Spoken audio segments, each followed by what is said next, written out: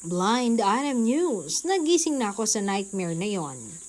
Nagsalita na ang sikat na aktres tungkol sa naging experience niya sa partnership as a love team.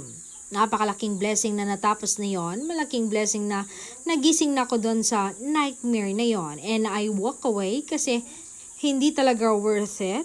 It wasn't worth wasting my time, my energy sa someone na kinokontrol ka and minamanipulate ka. The kind of life drains you and you lose yourself in the process. So hindi mo gugustuhin talaga yung ganong klaseng buhay, and minsan the most powerful thing you can do is walk away and set yourself free.